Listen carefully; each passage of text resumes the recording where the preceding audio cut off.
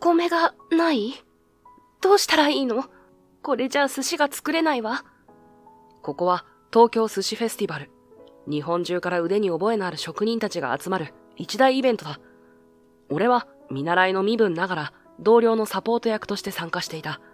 しかし予想外のトラブルが待ち構えていたのだ。おかしいな。配達されているはずなんだけど。俺は周囲を見回す。事前に手配していた特選米が見当たらない。係員を呼び止め確認すると、彼らの表情が曇る。大変申し訳ございません。配達ミスがあったようで、別の場所に運ばれてしまいました。再配達時刻は明日になるとのことで。彼女の顔から血の気が引いていく。寿司に米は不可欠だ。米なしでコンテストに出るなど考えられない。終わりだわ。彼女は肩を落とし、絶望の声を漏らした。これまでの練習、全部無駄になる。まだ諦めるには早い。俺は静かに、しかし確信を持っていった。でも、どうやって？米がなくても、寿司の本質は変わらない。俺は手元の材料を見渡した。新鮮な魚介類、野菜、調味料、そして特製のタレやハーブ。欧州料理の技法と江戸前寿司の伝統を組み合わせれば、全く新しい一品が生まれる。時間は限られていた。俺たちは急いで調理に取り掛かる。審査員たちが近づいてきた。彼らの表情には明らかな好奇心が浮かんでいる。これは寿司ではないようですが。会場が息を飲む。しかし、この料理コンテストは、俺の隠された過去が明るみに出る転機となる。そして、思いもよらぬ人物との再会が、運命を大きく変えることになるのだ。俺の名前は、梅田隆、32歳。老舗寿司屋、寿司錦で見習いとして働いている。東京銀座の一角に佇む、寿司錦は、創業70年を超える名店だ。三つ星を獲得したこともある、由緒正しい店で、予約は半年待ちが当たり前。そんな店で、俺は毎日、朝から晩まで修行の日々を送っている。いや、修行というより、使いっ走りと言った方が正確かもしれない。おい、梅田。まだ床掃除終わってないのか？急げよ。朝6時、開店前の仕込みの真っ最中、先輩見習いの田島さんから怒号が飛んだ。彼は30代後半で、店では絶対的な存在だ。すみません。もうすぐ終わります。俺は慌てて雑巾を絞り直し、板前たちが行き来する通路を吹き上げた。梅田、お前昨日漬けた大根はどうした？今度は別の見習いの先輩である坂本さんだ。40代半ばで技術は確かだが気難しい性格で知られている。はい、すぐに持ってきます。俺は急いで冷蔵庫から昨夜漬けたたくあんを取り出した。本当に遅いな。お前本当にやる気あるのか？坂本さんは受け取ったたくあんを一別して鼻で笑った。すみません。次からはもっと早く動きます。おい梅田、お前また包丁の手入れをちゃんとしてないだろう。ちゃんと研いでから返せって言っただろう。こんなんじゃ使い物にならねえよ。田島さんは俺の前で包丁を振り回した。研ぐつもりだったが、昨夜は閉店作業が遅くなり、疲れて帰宅してしまったのだ。言い訳をする余地はない。申し訳ありません。今すぐ研ぎます。はあ、まったく。お前みたいなのが寿司職人になれるわけないだろ。何がしたいんだ。田島さんが捨て台詞を吐いて仕事に取り掛かった。それから1時間後、朝の仕込みが佳境を迎える頃、キッチンの隅で黙々と作業をする小柄な人影が目に入った。もう一人の見習い、久保めぐみさんだ。俺より2つ年下で、女性としては珍しく、寿司職人を目指している。いつも誰よりも早く出勤し、黙々と準備をしている姿をよく見かける。久保、そのノリ、まだ終わってないのか？田島さんが厳しい視線を投げかける。めぐみさんは深々と頭を下げた。すみません。もう少しで終わります。彼女の額には汗がにじんでいた。もう何時間も黙々と作業を続けているのだろう。もっと手早くやれよ。女に向いてない仕事だと思ったら、さっさと辞めるんだな。田島さんはそれだけ言うと、カウンター内での仕事に戻った。俺は黙って床掃除を続けていたが、めぐみさんの様子が気になった。彼女もまた、毎日のように先輩たちから厳しい言葉を浴びせられている。特に女性であることを理由に露骨に軽視されることもある。女が寿司を握るなんて笑わせるな。お客さんは女の握った寿司なんて食いたくないんだよ。そんな言葉が飛び交う中でも、めぐみさんは黙々と働き続けていた。その姿に、俺は何か強い意志を感じていた。ノリなら俺も手伝いますよ。俺は床掃除を終え、めぐみさんに声をかけた。彼女は少し驚いた様子で顔を上げる。ありがとう。でも私一人でやります。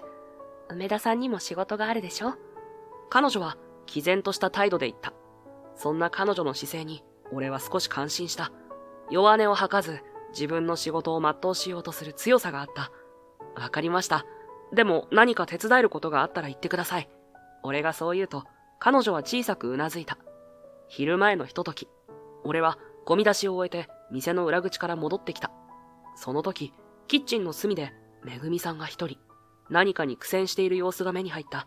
近づいてみると、彼女は大量の貝を磨いていた。これ、全部やるんですか？俺が声をかけると、彼女は少し驚いた様子で顔を上げた。あ、梅田さん。はい。今日のディナーで使う貝です。全部磨いておくように言われて。そう言って彼女は苦笑した。手にはすでに擦り傷ができていた。大変ですね。手伝いましょうか。でも、梅田さんも忙しいんじゃ。今はちょっと手が空いてます。それに、これだけの量を一人でやるのは大変でしょう。実際には、俺にも別の仕事があったが、この様子を見ていると放っておけなかった。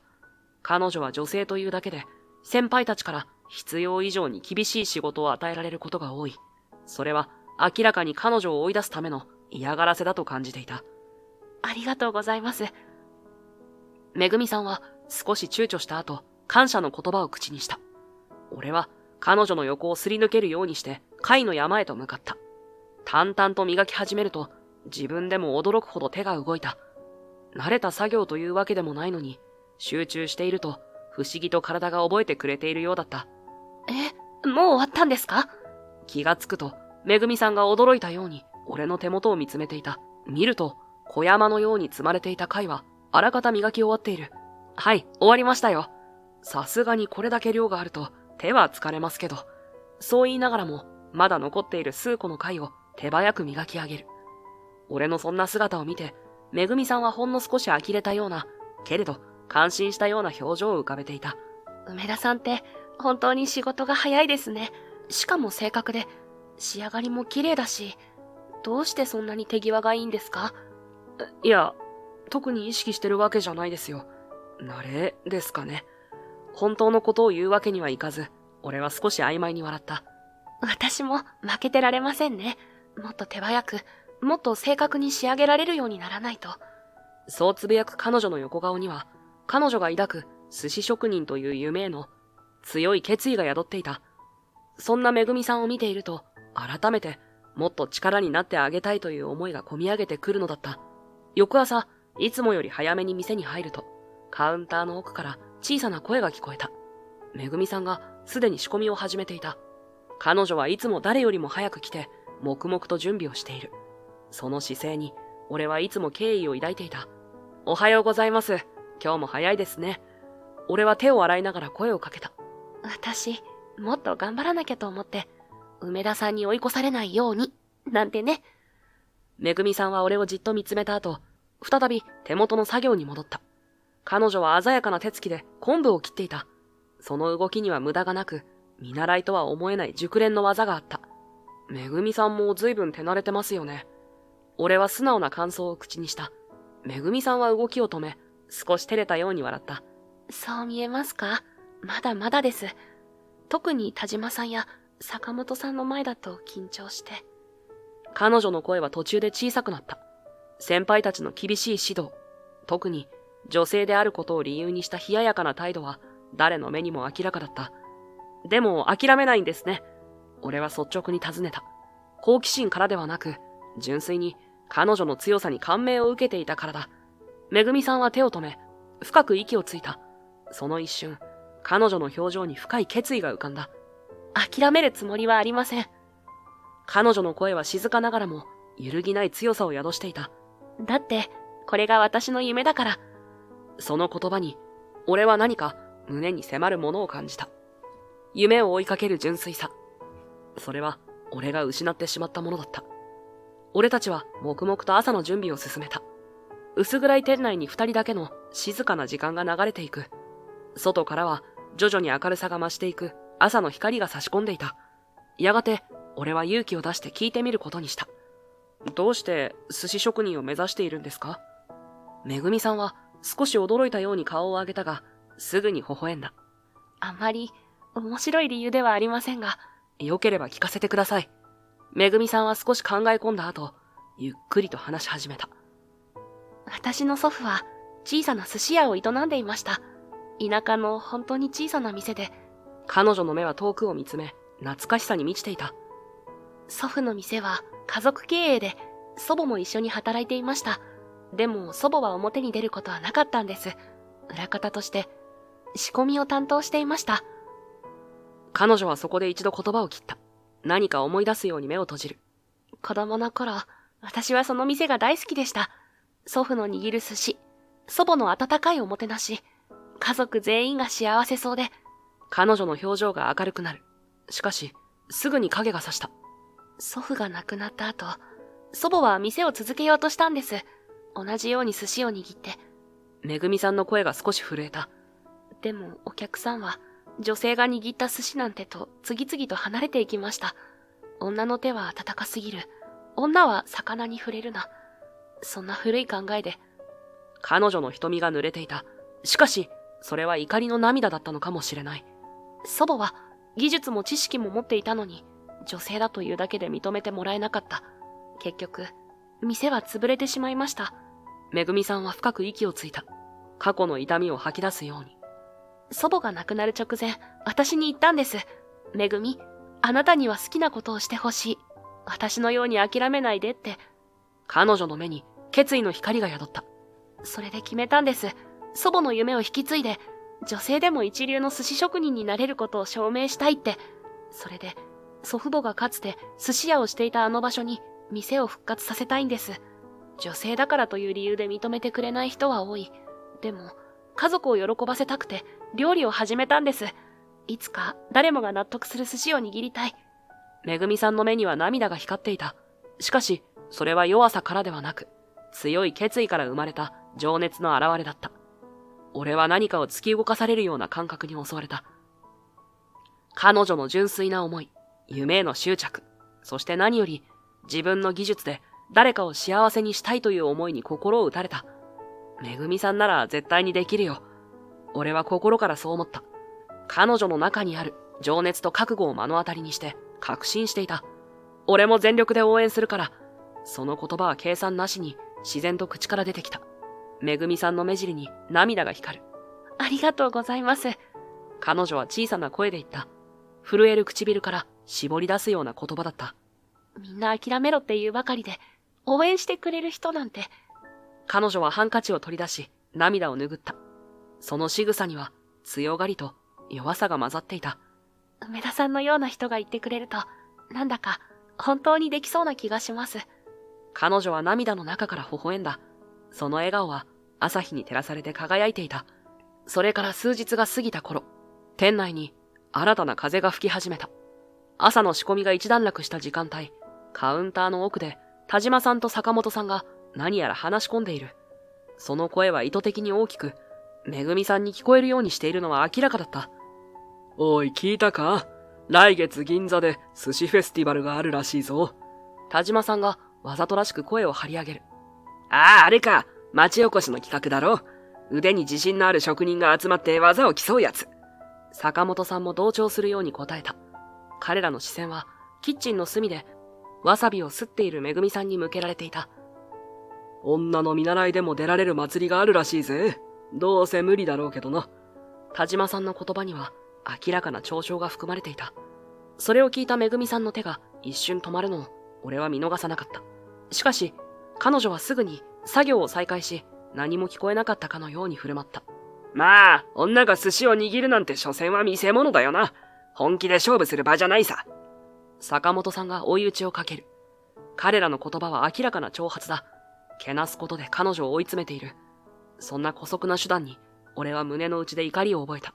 しかし、そんな俺の心配をよそに、めぐみさんは顔を上げた。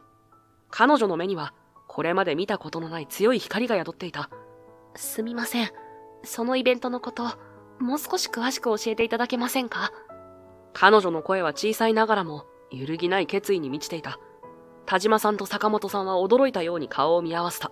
彼らは単にからかっているだけで、めぐみさんが真剣に受け止めるとは思っていなかったのだろう。なんだよ、お前まさか出る気か？田島さんが呆れたように言う。はい。もし参加への権利があれば、挑戦したいと思います。めぐみさんの返答は明確で、彼女の覚悟の表明だった。先輩たちの挑発に乗ったのではない。自分の道を自分の意志で切り開こうとしているのだ。冗談じゃないぞ。大将が許すわけないだろ。坂本さんが鼻で笑った。しかし、めぐみさんは諦めなかった。大将に直接お願いしてみます。田島さんと坂本さんは、未だ信じきれないといった表情をしている。めぐみさんのような控えめな性格の人が、そんな大胆な行動に出るとは、誰も想像していなかった。俺は、めぐみさんの変化に驚きながらも、心の奥で喜びを感じていた。彼女が一歩踏み出す勇気を持ったこと、自分の夢に向かって行動を起こしたこと。それは確かな成長の証だった。その日の閉店後、めぐみさんは錦さんに面会を申し出た。彼女の目には決意が満ちている。俺は少し離れた場所から、彼女の背中を見守った。大将、少しお時間をいただけますか？めぐみさんの声は少し震えていたが、まっすぐに錦さんを見つめていた。錦さんは無言で彼女を見返し、やがて軽くうなずいた。来月開催される寿司フェスティバルに参加させていただきたいのです。めぐみさんは深く頭を下げた。その姿に並々ならぬ覚悟を感じる。錦さんは腕を組み、長い沈黙の末に口を開いた。なぜだ？私は女性でも一流の寿司職人になれることを証明したいんです。祖母の夢を引き継いで、そして認めてもらいたいんです。自分自身を、そして女性の可能性を。彼女の言葉は決してうまくはなかったが、純粋な思いが込められていた。それは人の心を動かす力を持っていた。錦さんは長い間、黙ってめぐみさんを見つめていた。彼の表情からは何も読み取れない。店内は重苦しい沈黙に包まれていた。好きにしろ。ついに錦さんは短く答えた。その言葉は冷たいようでいて、紛れもない許可の証だった。本当ですか？めぐみさんの顔が輝いた。ただし、店の名前を汚すな。それだけだ。はい。ありがとうございます。錦さんはそれ以上何も言わず、奥へと歩いていった。彼の背中は、厳しさと期待が混ざったような、不思議な雰囲気を漂わせていた。めぐみさんは感極まった様子で、俺の方を振り向いた。彼女の顔には、喜びと驚きと緊張が入り混じっていた。やりました。彼女の小さな声に、俺は心から微笑んだ。おめでとう。すごいよ、めぐみさん。俺は本心からそう言った。彼女の勇気に、俺自身も勇気づけられていた。いえ、これからです。これから頑張らないと。俺もサポートできることがあれば、全力で手伝いますよ。いいんですか？もちろんです。一人では何かと大変でしょ？ありがとうございます。本当に。彼女の声は、今にも泣きそうに震えていた。感情が溢れて言葉にならないのだろう。これを機に、先輩たちにも認めてもらえるといいな。そうですね。きっと見直してくれます。はい。みんなに知ってもらいたいんです。女性だからって諦める必要なんてないって。これからは毎日閉店後に特訓します。私、新しいネタも考えたいんです。彼女の中で何かが変わったのを感じた。挑発に怯える女の子ではなく、自分の道を切り開こうとする職人の姿がそこにあった。その日から、俺たちは閉店後の店内で特訓を始めることになった。大将の錦さんは特に何も言わなかったが、黙って材料の使用を許可してくれた。それどころか、時折遠くから俺たちの様子を見守る姿もあった。決して口には出さないが、少なからず興味を持っているのだろう。特訓して数日、めぐみさんは緊張した面持ちで寿司ネタを並べていた。まずは基本から、私が考えた新作を見てください。彼女は丁寧に米を握り、様々な具材を乗せていく。その手つきは日に日に確かなものになっていた。黙々と作業を続け、やがて5種類の寿司が完成した。どうぞ召し上がってください。緊張した様子で俺に差し出す彼女。俺は一つずつ丁寧に食べていった。美味しい。素直な感想だった。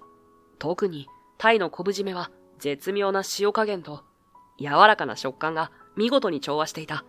めぐみさんの表情が少し和らぐ。でも、俺は言葉を選びながら続けた。味は確かにいいけど、何かが足りない気がする。めぐみさんが俺の目をじっと見つめた。その目には批評を受け入れる覚悟があった。フェスティバルで勝つには味だけじゃなく、見た目のインパクトも必要だと思うんです。彩りや盛り付けにもう少し工夫があれば。俺の言葉にめぐみさんはうなずきながらも困惑の色を浮かべた。彩りですか。でも伝統的な寿司で派手な彩りというと。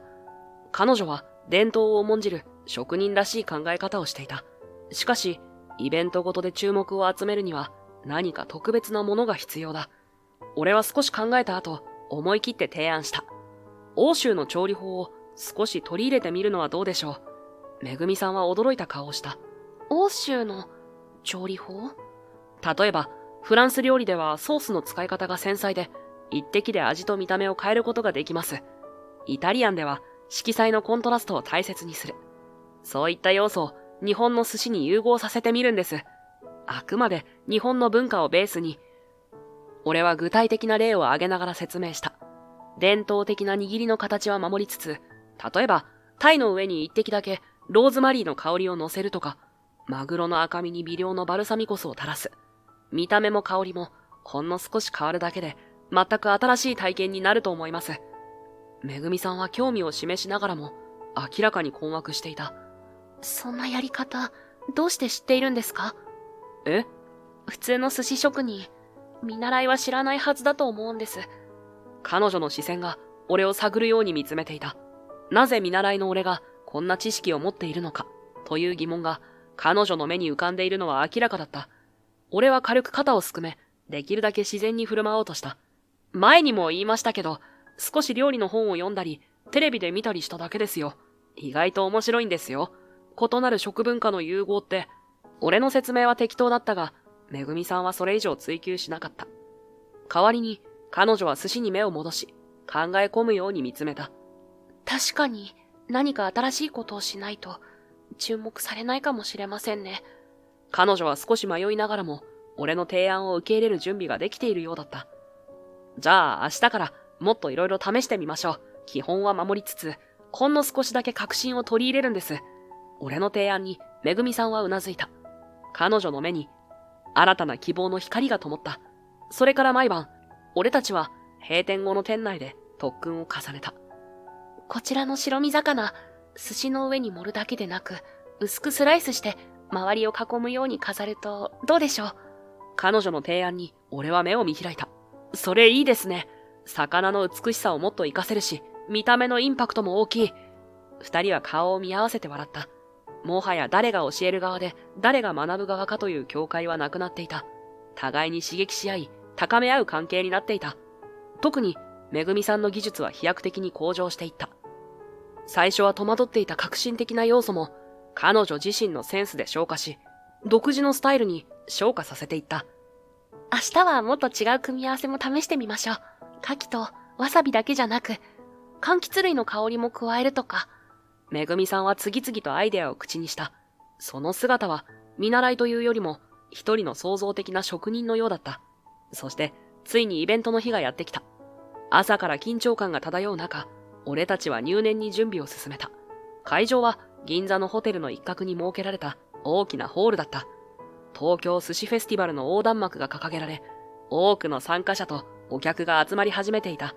緊張しますね。めぐみさんの声が少し震えていた。当然だ。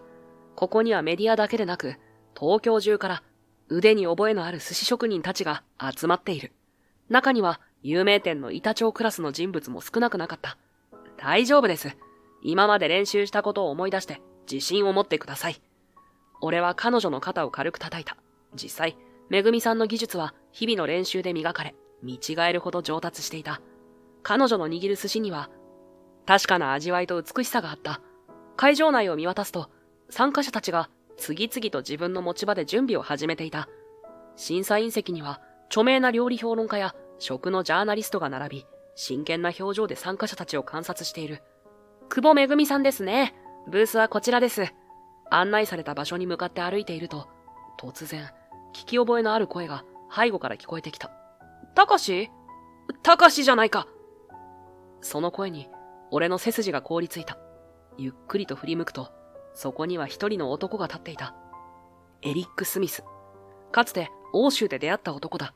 今では洋食レストランのシェフとして世界的に名を馳せている。エリック。俺は思わず声を漏らした。こんな場所で彼に会うとは予想していなかった。まさか、本当にお前だったとは。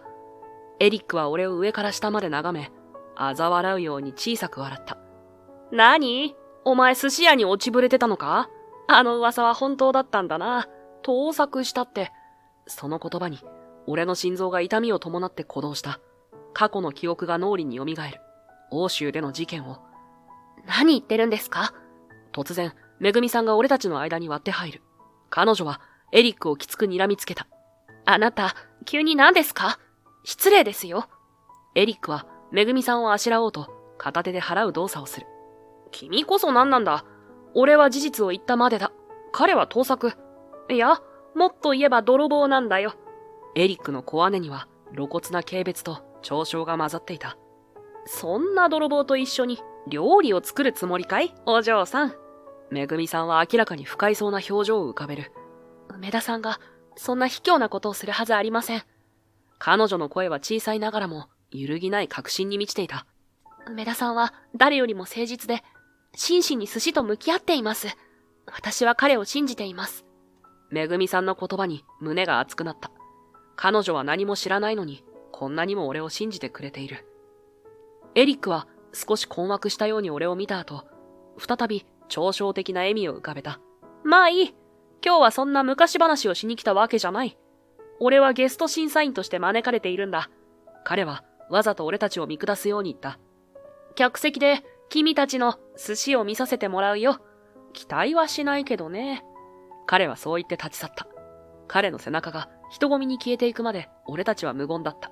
静寂を破ったのはめぐみさんだった。梅田さん？彼女は真剣な表情で俺を見つめていた。俺は言葉に詰まった。過去のことをどう説明すればいいのか、すべてを告白すべきなのか。いいんです。説明しなくても。めぐみさんの言葉に俺は驚いて顔を上げた。彼女の目には優しさと信頼が溢れていた。梅田さんは私を支えてくれた大切な人です。何があろうと、今の梅田さんを私は信じています。彼女の言葉に胸の内で何かが崩れ落ちた。めぐみさん。ほら、あんな失礼な人のことは忘れて、早く準備しましょう。そして、絶対に優勝しましょうね。はい。めぐみさんを応援するつもりが逆に励まされる。何とも言えない心の温かさを感じ、俺はブースに向かった。会場内はすでに活気に満ちていた。各ブースでは参加者たちが着々と準備を進めている。俺たちも慌ただしく材料を並べ始めた。あれ？お米届いてますか？めぐみさんが周囲を見回しながら尋ねる。俺も首をかしげて探した。事前に手配していた特選米が見当たらない。おかしいな。配達されているはずなんだけど。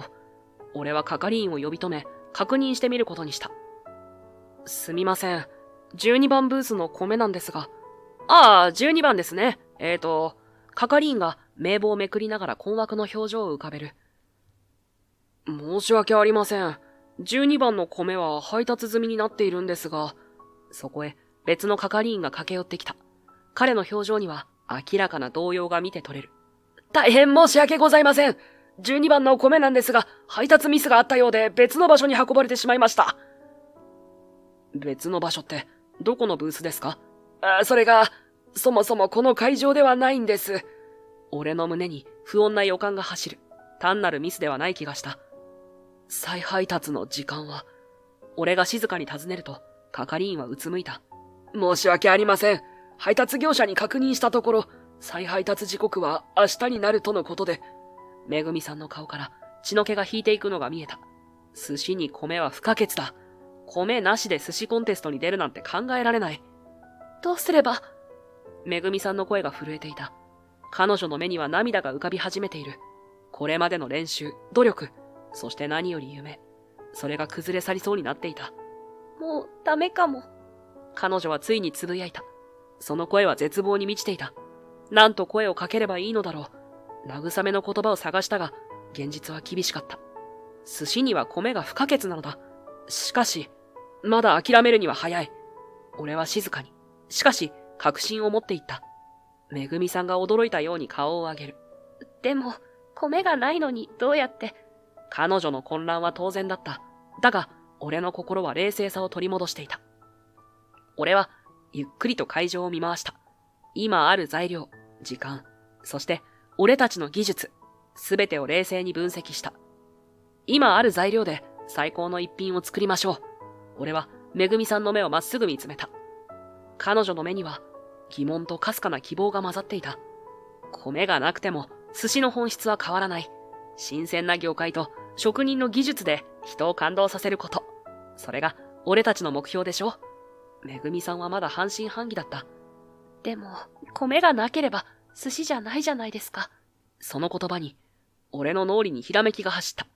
必ずしもそうとは限りません。俺は急いで手元の材料を見渡した。新鮮な魚介類、野菜、調味料、そして準備していた特製のタレやハーブ。めぐみさん、覚えてますか？俺たちが特訓で話し合ったこと。寿司の本質は、日本の食文化と素材への敬意だって。はい。寿司は何千年も進化してきた。もともとは保存食だったものが、今日の姿になった。つまり、寿司もまた変化しうるんです。変化？彼女は小さくつぶやいた。そう、欧州料理の技法と江戸前寿司の伝統を組み合わせて、全く新しい一品を作るんです。これは賭けだ。成功する保証はない。だが、他に道はなかった。例えば、寿司に使う酢飯の代わりに、俺は考えながら材料を見ます。目に入ったのは、シソの葉と大葉だった。シソの葉を敷いて、その上に新鮮な白身魚のタルタルを乗せる。伝統的な寿司の盛り付けを意識しながらも、西洋のタルタルの技法を取り入れる。そして、少量の柚子胡椒で日本らしさを加えるとか。めぐみさんの目が徐々に輝きを増していく。彼女の中にもアイデアが湧き始めているのが分かった。あとは、酒粕を使って魚を軽く締める。江戸前寿司の技法を応用して。彼女も考え始めた。絶望から抜け出し、創造性を取り戻しつつあった。そうだ！私たちが持ってきた季節の野菜で色彩を添えるんです。米がなくても、寿司の美しさと日本らしさを表現できます。彼女の声に情熱が戻り始めた。やがて、俺たちは目を見合わせ、小さくうなずき合った。やりましょう。俺たちは急いで調理に取り掛かった。時間は限られている。既成概念を覆す料理を作らなければならない。めぐみさんは素早く魚をさばき始めた。その手つきは確かで無駄がない。白身魚は薄くスライスされ、一部はタルタルに加工される。俺は様々な野菜を細かく刻み、色とりどりの彩りを準備した。梅田さん、こっちの漬け込みはどうですか？めぐみさんが俺に漬け汁を確認させる。酒粕と柚子の香りが絶妙に混ざり合っていた。完璧です。この香りなら米がなくても十分魅力的な一品になる。会場内の喧騒も時間の圧迫も全てが遠のいていく。俺たちは今、想像の渦の中にいた。シソの葉で巻いた魚に海苔とチーズのコントラストを添えましょう。これなら寿司の本質を伝えられる。めぐみさんの言葉に俺は深くうなずいた。確かに米はないが、日本の食文化への敬意と創造性は十分に表現できるはずだ。俺たちは時間と戦いながら5種類の創作料理を完成させた。それらはもはや従来の寿司ではなかったかもしれないが、寿司の精神、素材への敬意、四季の表現、そして職人の技術、これらは確かに継承されていた。完成です。めぐみさんがそう言ったとき、ちょうどゴングが鳴り、審査の時間を告げていた。準備台から見渡せる客席にエリックの姿が見えた。彼は冷笑を浮かべている。米がないことに気づき、俺たちが棄権するか、惨めな結果に終わる、と思っているのだろう。でも、見てろよエリック。俺は心の中でつぶやいた。この困難は、俺たちをより強くしただけだ。審査員たちが、めぐみさんのブースに近づいてきた。彼らの表情には、明らかな好奇心が浮かんでいる。5種類の鮮やかな創作料理が並ぶ様子は、他の参加者とは一線を画していた。これは寿司ではないようですが。年配の審査員が眉を潜めた。その表情からは、伝統を重んじる保守的な態度が伺えた。めぐみさんは一瞬躊躇したが、すぐに顔を上げた。その目には迷いはなかった。いいえ、寿司です。今日私がお出しするのは、寿司の魂を表現した創作料理です。彼女は落ち着いた声で説明し始めた。寿司の伝統的な形ではなく、その精神を受け継いだ新しい形での表現を試みました。審査員たちが顔を見合わせる。不安が胸をよぎったが、俺はめぐみさんを信じていた。彼女の情熱は必ず伝わるはずだ。はじめにご覧いただくのは、葉月の海という一品です。めぐみさんは大葉の上にマダイのタルタルを盛り付け、柚子の皮とごく少量の柚子胡椒でアクセントを加えた料理を差し出した。大葉の香りとマダイの甘み、そして柚子の酸味のバランスをお楽しみください。審査員たちは慎重に一口ずつ食べ始めた。最初は懐疑的な表情だったが、口に入れた瞬間、彼らの表情が変わった。これは、年配の審査員の硬い表情が少しずつ和らいでいく。一方、エリックは明らかに動揺していた。めぐみさんは続けて4品を説明していく。その一つ一つに、俺たちの情熱と創意工夫が込められていた。西洋の技法を取り入れながらも、素材の持ち味を最大限に活かす。これこそが現代における寿司の発展系だと考えています。めぐみさんの語る言葉には力があった。それは過去の自分を乗り越え、未来へと踏み出す女性の言葉だった。審査員たちは彼女の説明を熱心に聞きながら、次々と料理を口にしていく。彼らの表情には驚きと感嘆が交錯していた。エリックも一品を手に取った。彼の表情から読み取れるのは明らかな動揺だった。その態度のおかげで、革新的な料理で会場の注目を集めることにつながっていく。私たちの料理は伝統を重んじながらも新しい可能性を探るものです。女性でも伝統的でなくても本質を理解していれば素晴らしい料理は作れる。そう証明したかったのです。彼女の言葉には職人としての誇りと女性としての決意が込められていた。こんなの初めて見た。会場のあちこちから声が上がり始めた。めぐみさんのブースに人だかりができている。審査員が料理を口にする様子を観客たちが食い入るように見つめていた。米がないのに寿司？それなのにあんなに美しい。伝統と革新が見事に融合している。観客の間で興奮した声が飛び交う。スマートフォンを取り出して写真を撮る人も多く、SNS にはすでに米なし寿司の革命というハッシュタグが広がりつつあった。審査員の一人が感想を漏らす。30年以上食の世界に携わってきたが、こんな試みは初めて見る。制約を逆手にとって創造性を発揮するとはね。めぐみさんの顔が喜びで輝いた。彼女の表情からは、先ほどまでの不安が完全に消え去っていた。米がなくてもこんなに美味しく作れるなんて。ある女性が簡単の声を上げた。彼女は料理評論家らしく熱心にメモを取っている。これは単なる代替品ではなく、新たな食の可能性を示している。彼女は天才的なセンスを持っているわ。めぐみさんは照れながらも堂々と説明を続けた。私たちが目指したのは、寿司の形式ではなく本質です。新鮮な素材を生かし、四季を表現すること。そして何より食べる人に感動を与えること。彼女の言葉に観客から拍手が湧き起こった。この困難が逆に彼女の進化を引き出したのかもしれない。そんな中、客席から一人の男性が立ち上がった。彼は紺のスーツに身を包み、威厳のある風貌をしていた。会場の雰囲気が一変する。食の世界では知らない人がいないほどの著名なシェフ、フランソワ・ルノワールだ。彼はゆっくりとめぐみさんのブースに近づいてきた。観客たちが道を開け、彼を中心に静寂が広がっていく。フランソワは黙って俺たちの創作料理を見つめ、一つずつ丁寧に試食した。その表情からは何も読み取れない。厳しい審査官のように無表情で食べ進めていく。会場全体が彼の反応を固唾を飲んで見守っていた。最後の一品を口にした彼は、しばらく目を閉じたまま立ち尽くした。そして、ゆっくりと目を開けると、めぐみさんではなく、俺の方を見た。これは君が作ったのか？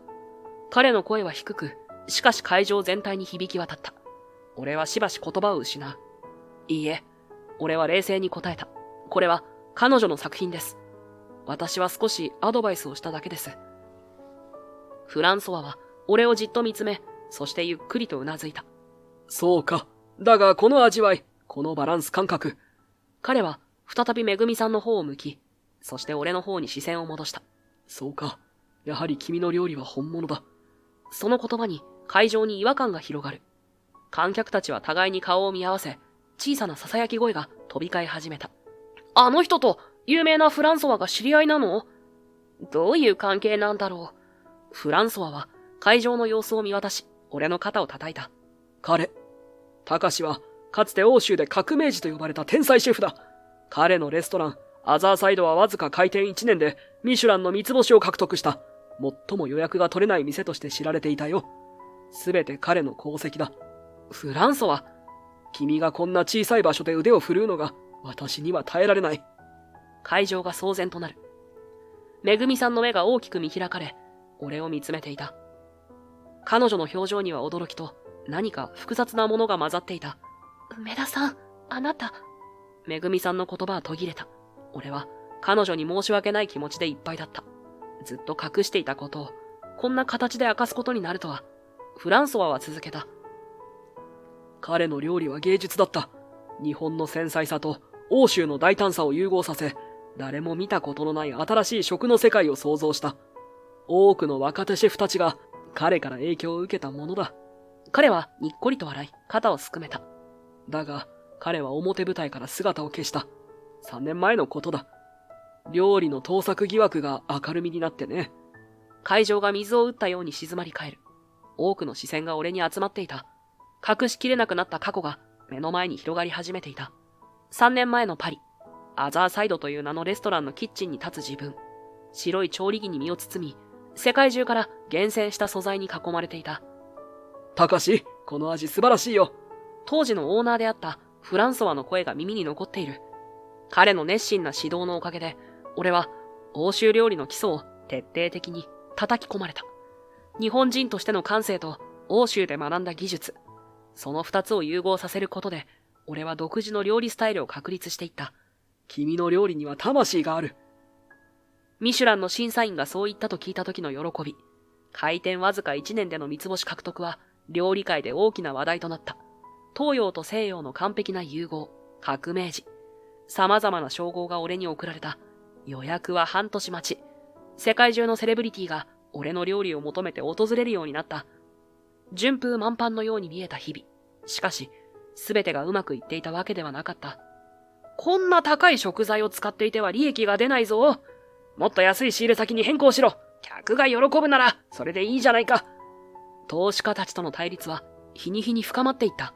彼らが求めるのは利益率の最大化。俺が大切にしていたのは料理の質と環境への配慮だった。この魚は絶滅危惧種に近い状態です。これ以上乱獲を進めるわけにはいきません。そんな俺の主張に彼らは次第に苛立ちを隠さなくなった。理想主義は結構だが、ビジネスだということを忘れるな。料理人は料理だけやっていればいい。経営は我々に任せろ。彼らの言葉に対し、俺は毅然と反論した。料理はアートであり、同時に地球と人の命を預かる仕事です。これは妥協できません。その強い姿勢が、彼らを怒らせてしまったのだろう。事態が急変したのは、あの晩のことだった。有名グルメ雑誌に、高志梅田のレシピは盗作ではないかという記事が掲載された。記事によれば、俺のシグネチャーディッシュがイタリアのある古いレストランのレシピと酷似しているという。俺にとっては全く心当たりのない話だった。これは違います。オリジナルレシピです。俺は一生懸命に抗弁したが、すでに噂は拡散していた。SNS では盗作シェフというハッシュタグが広がり、かつての支持者たちも俺から離れ始めた。そして決定的だったのはエリックの裏切りだった。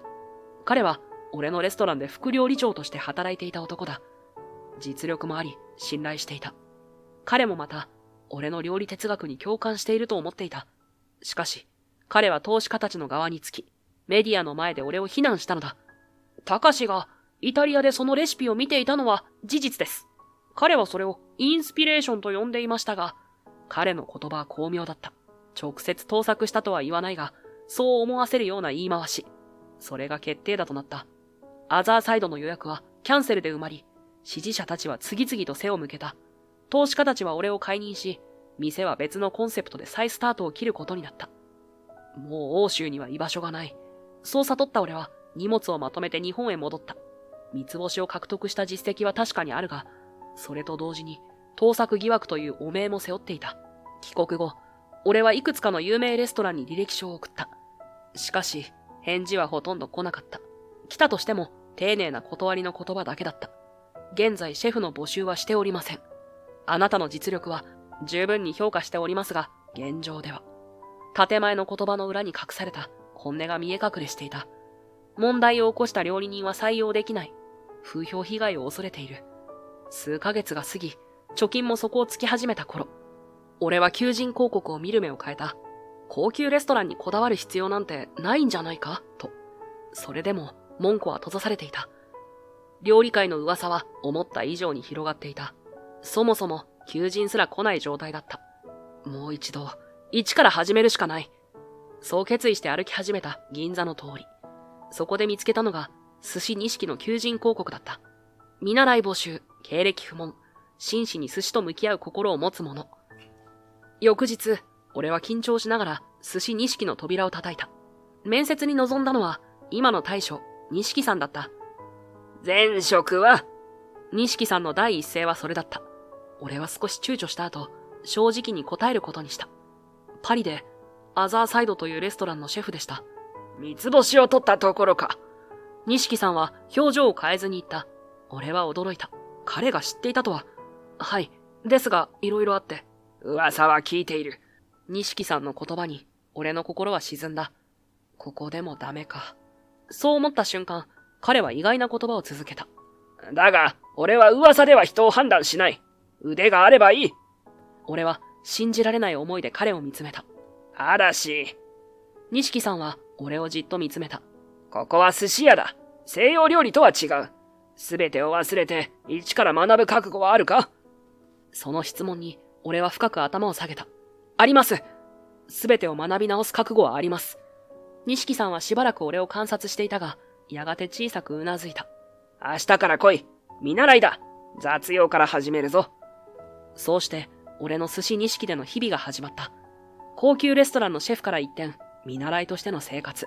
床掃除、食器洗い、買い出し。かつての地位も名声も関係なく、ただの新人として扱われた。先輩たちからの厳しい指導も受け入れた。高級食材を扱っていた手が、雑巾を絞り、廃棄物を処理する。しかし、俺は不思議と苦ではなかった。むしろ、心が静かに整っていくのを感じていた。寿司錦には、派手な肩書きも後ろ盾もなかった。だが、素材への真摯な向き合い方、伝統への敬意、そして何より、腕があればいいという純粋さがあった。一からやり直すには最適な環境だった。会場は騒然としていた。俺の言葉に会場からは様々な囁きが聞こえてきた。同情的な声もあれば、疑いの眼差しも感じた。その時、意外な人物が前に出てきた。めぐみさんだ。彼女は緊張した面持ちながらも、毅然とした態度でフランソワに向き合った。フランソワさん？彼女の声は小さいながらも会場に響き渡った。私、梅田さんが悪いことなんかする人じゃないって信じています。彼女の声には強い信念が込められていた。その姿に俺は胸が熱くなるのを感じた。その盗作疑惑は本当なんですか？めぐみさんの率直な質問に会場の空気が凍りついた。フランソワは少し困惑したように眉を潜めた。エリックは明らかに動揺し後ずさりしている。梅田さんは私を助けてくれました。誰も信じてくれなかった私の夢を真剣に応援してくれました。そんな方が卑怯なことをするはずがありません。めぐみさんの声は次第に力強くなっていった。彼女の目には涙が光っていたが、それは怒りと正義感から生まれたものだった。彼は料理に対してこんなにも真摯に向き合う人です。材料一つ一つを大切にし、伝統を尊び、でも革新を恐れない。そんな人が盗作なんかするはずがない。彼女の言葉に会場は完全に静まり返った。フランソワは長い沈黙の後、ゆっくりと俺に近づいてきた。そうだな。彼は俺の目をまっすぐ見つめた。その眼差しには、かつての信頼と、今は開墾が混ざっていた。私は当時、エリックの言葉を鵜呑みにしてしまった。彼は低い声で言った。その声には明らかな後悔の色が滲んでいた。何も調べずに破門したのは間違いだった。すまない。君よりも店の評判を優先してしまった。そう言って、フランソワは深く頭を下げた。世界的に有名なシェフが見習い寿司職人に向かって頭を下げる光景に、会場からは驚きの声が上がった。あの記事が出た後、実は調査を進めていたんだ。フランソワは顔を上げると続けた。エリックが持ち出したあの似ているというレシピは、実は彼自身が改ざんしたものだったことが分かった。彼はお前を陥れるために、わざと似たレシピを作り上げたんだ。その言葉に、エリックの顔が青ざめた。エリックは、投資家たちと手を組んで君を追い出した。彼らは店の方針を変えたかった。より儲かる、より商業的な方向に。フランソワの言葉に、俺の胸の内で何かが崩れ落ちた。3年間抱え続けた重荷が少しずつ軽くなっていくのを感じた。それで、今はどうなんです、店は。俺は静かに尋ねた。アザーサイドは閉店した。フランソワは淡々と答えた。エリックと投資家たちが思うようにいかず、わずか1年で経営破綻した。お前がいなくなった後、店の魂も消えていったんだ。かつての店の最後を聞いて、俺は複雑な思いに駆られた。怒りや憎しみではなく、どこか虚しさと同時に解放感も感じた。本当にすまなかった。信じてやれなくて。フランソワが言いかけたが、俺は静かに首を横に振った。もう気にしていません。俺は穏やかに応じた。その言葉は心からのものだった。おかげで俺は、この寿司錦で大切なものを学んでいられますから。錦さんの厳しさの中にある優しさ、先輩たちの技への執着、そして、めぐみさんの純粋な情熱。それらすべてが、俺にとってかけがえのない財産になっていた。料理の本質は変わらない。国や形式が違っても、素材を敬い、食べる人の喜びを考える。それは、寿司でもフランス料理でも同じなんです。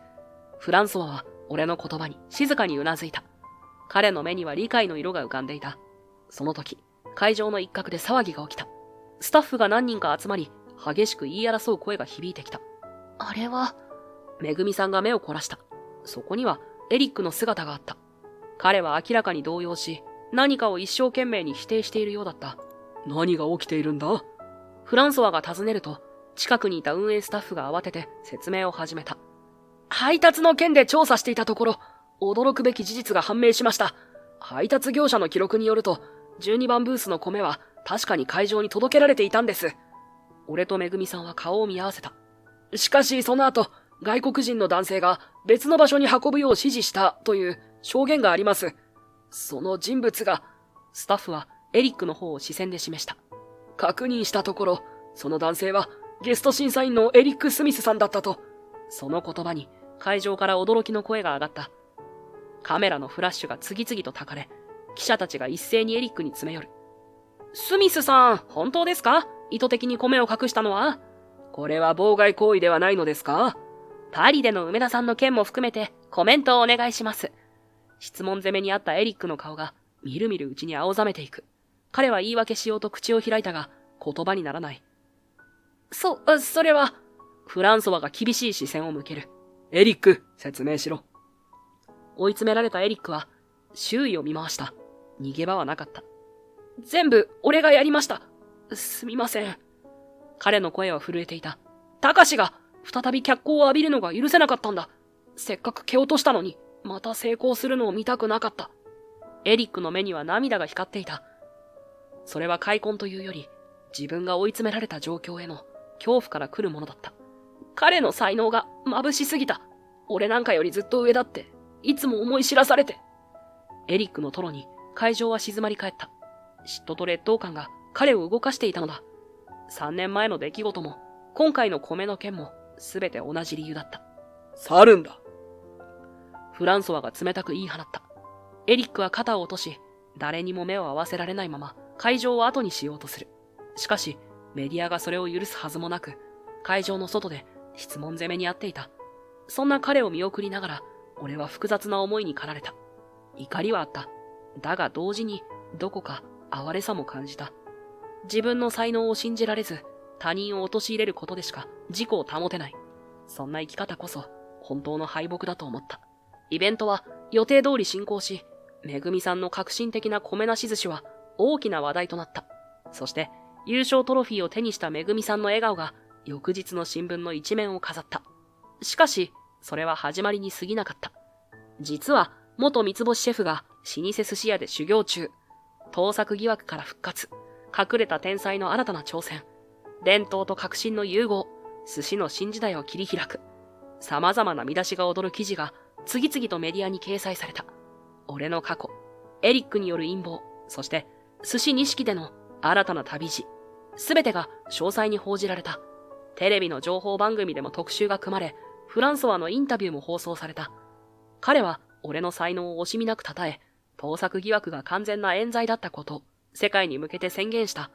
それから1週間が経ったある朝、俺は寿司錦の扉を開けて驚愕した。店の前には長蛇の列ができていた。これは錦さんが俺の隣に立ち、珍しく困惑した表情を浮かべていた。開店前だというのにこんなに人が。列に並ぶ人々は様々だった。寿司好きの常連らしき人々、食通を自称する外国人観光客、そして料理学校の学生たち。彼らはみんな、俺とめぐみさんに会うために訪れていたのだ。梅田さん。後ろから声がした。めぐみさんが息を切らせながら駆け寄ってきた。信じられないです。こんなことになるなんて。彼女の目は興奮と緊張で輝いていた。めぐみさんも大変ですね。俺が言うと、彼女は少し照れたように笑った。彼女は、あの絶品を握る美人板前さんと呼ばれるようになっていた。今や雑誌や SNS でのインタビューが絶えないらしい。女性板前としての彼女の挑戦は、特に若い女性たちの間で大きな話題になっていた。伝統的な世界に挑む女性の姿に、多くの人が共感を覚えたのだろう。しばらく大忙しになりそうだな。俺がそう言うと、錦さんは腕を組んで考え込んだ。予約も殺到している。断るわけにもいかんしな。開店と同時に店内は一気に活気づいた。カウンター席はもちろん座敷も満席。人々は興味津々の表情で俺とめぐみさんの動きを見守っていた。梅田さん、握ってもらえますか？あのフェスティバルの創作寿司が食べたいです。めぐみさん、将来のお店の計画は？次々と質問が飛び交う中、俺たちは一生懸命に仕事に集中した。錦さんは普段通りの厳しさで厨房を仕切り、少しも騒ぎに動じない姿勢で客に向き合った。しかし、彼の瞳の奥には確かな誇りが宿っていた。この店から新たな伝説が生まれようとしているのだから。これは絶品です。一人の客が俺の握った寿司を食べ声を上げた。欧州料理の技法が寿司と融合している。これは革命的だ。別の客は、めぐみさんの創作寿司に感嘆の声を上げていた。女性の繊細な感性が生きていますね。そんな言葉に、めぐみさんの方が赤く染まる。彼女は丁寧にお辞儀をしながらも、誇らしげな表情を隠せなかった。怒涛の昼の営業が終わり、みんな一息ついていた。しかし、のんびりしている場合ではない。すぐ、夜の準備に取り掛からなければいけない。おい、何してるんだ？早く準備しろよ。田島さんの声に、俺たちは慌てて作業に戻る。彼の声には、かつての厳しさはなかった。むしろ、ある種の親しみさえ感じられた。はい、すみません。俺たちは声を揃えて答えた。すると、田島さんは少し気まずそうな表情で立っていた。普段の強気な姿勢とは違い、どこか遠慮がちな様子だった。梅田と久保。はい。実は聞きたいことがあってさ。田島さんは周囲を見回し、他のスタッフがいないことを確認すると、声を落として続けた。タイの締め方なんだけど、さっきお前がやってたやり方、もう一度見せてくれないか？その言葉に、俺は思わず目を丸くした。田島さんが俺に教えを請うなんて、1週間前までは考えられなかったことだ。もちろんです。俺は素直に答え、改めてタイを手に取った。こうやって、昆布で締める前に、少し塩で水分を抜いておくんです。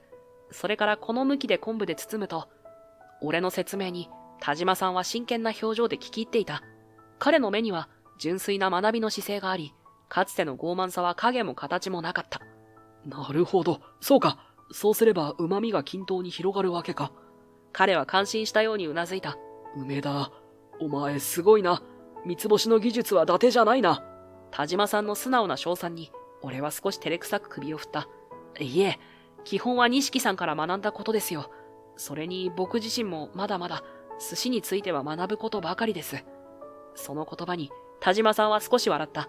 謙虚だな。でもこれからもっと教えてくれよ。俺ももっと上手くなりたいんだ。彼の目には真摯な願いが浮かんでいた。それは単なる技術向上の欲求ではなく、より良い料理人になりたいという純粋な思いだった。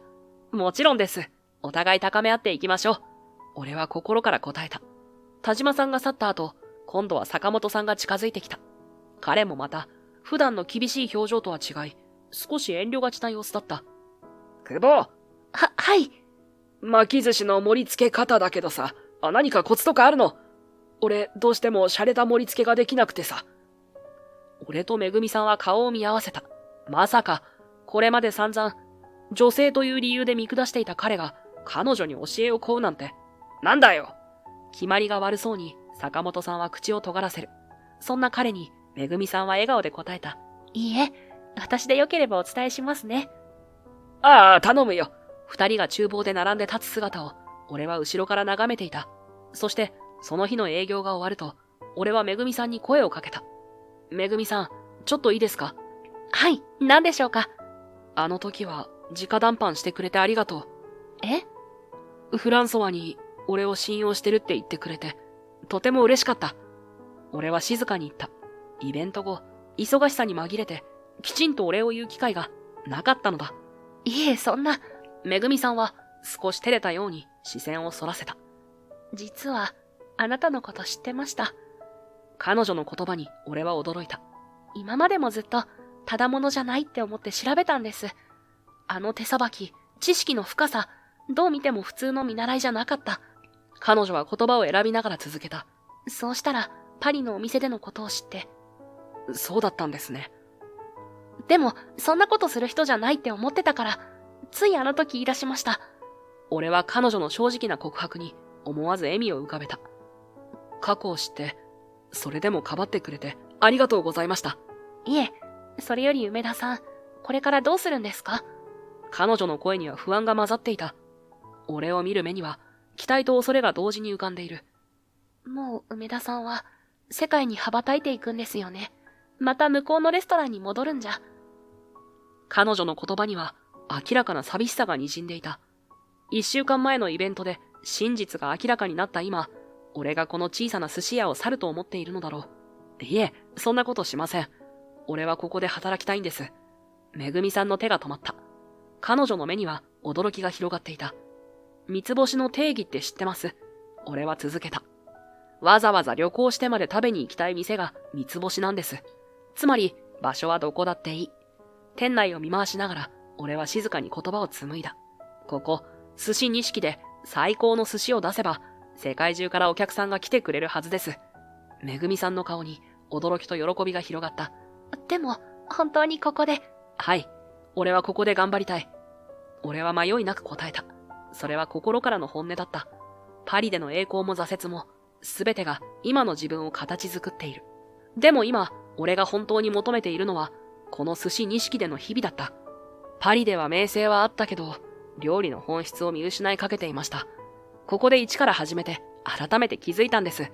料理は見せるためじゃなく、人に喜んでもらうためにあるってこと。めぐみさんは黙って聞いていた。彼女の目には理解の色が浮かんでいた。それに、俺は少し照れくさそうに続けた。めぐみさんの夢も見届けたいんです。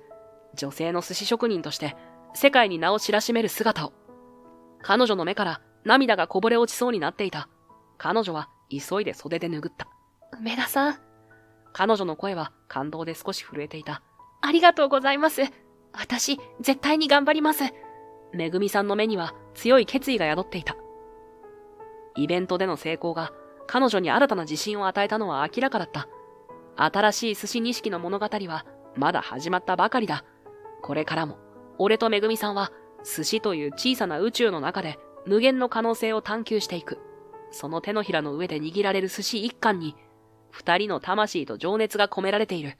そして、それを食べる人々の笑顔がすべての苦労に報いてくれる。それこそが料理人として最高の幸せだと信じている。